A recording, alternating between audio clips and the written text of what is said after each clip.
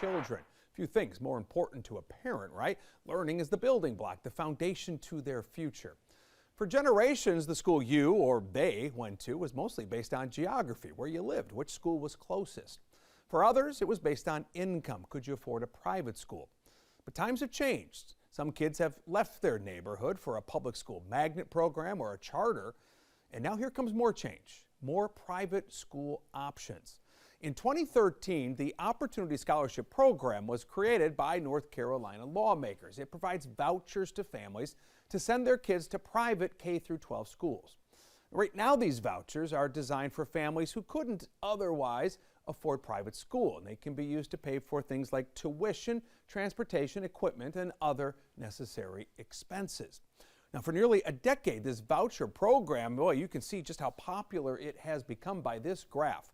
Looking at the chart here, you'll notice in 2015, just about 1,200 students were getting a voucher. Well, now that number all the way up to more than 25,000. And people in our area, they're taking advantage of it as well. When you combine Mecklenburg, Gaston, and Union counties here, more than 3,800 students receive funds from this program.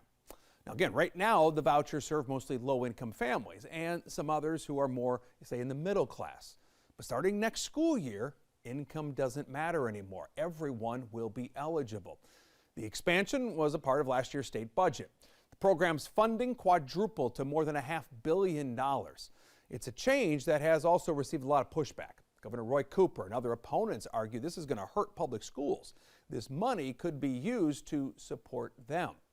Back in August, I asked the superintendent of public instruction about it.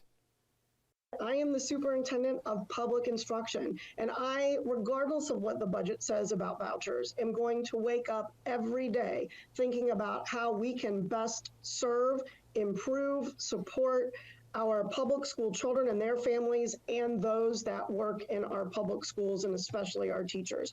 You know, only about 12% of families right now use vouchers, and in other states where similar legislation has passed, only a small handful of people have kind of taken advantage of those vouchers. I don't really see that there's going to be the kinds of declines that have been predicted. Most parents are really happy with their public schools.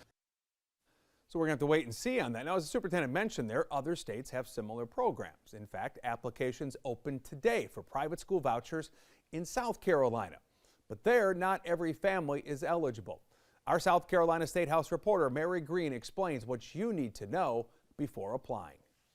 This program, known as the Education Scholarship Trust Funds, ESAs, or perhaps more commonly known as the School Voucher Program, is the largest expansion of school choice in South Carolina history. I caught up with one of its lead supporters, State Superintendent Ellen Weaver, as she made a stop here at Orange Grove Elementary Charter School in Charleston on Monday to mark National School Choice Week. I am so excited about how education choice continues to grow here in South Carolina. Applications are now open through the South Carolina Department of Education's website. This program will award scholarships worth $6,000 each to up to 5,000 students. To be eligible this first year, their family income must be limited to 200% of the federal poverty level, about $62,000 for a family of 4. Families that make more will be eligible in future years, when up to 15,000 scholarships will be available. They can spend this money on tuition at private schools or public schools that are outside their home district and charge tuition, plus related costs. There are so many instances that we can think of where it's really critical that we give parents the power that they need to get their child the education environment that they need. But the program is facing a legal challenge from parents, the NAACP, and the South Carolina Education Association. We just don't think it's right. I mean, we think it's a violation of the Constitution, and I think at some point you have to stand up for what you believe is right. Our Constitution is very clear that says you should not allocate our public tax dollars to private or religious schools. Supporters of the program have said they disagree with that assessment. The South Carolina Supreme Court will ultimately decide and hear arguments in this case in early March, just over a week before the program's application deadline on March 15th.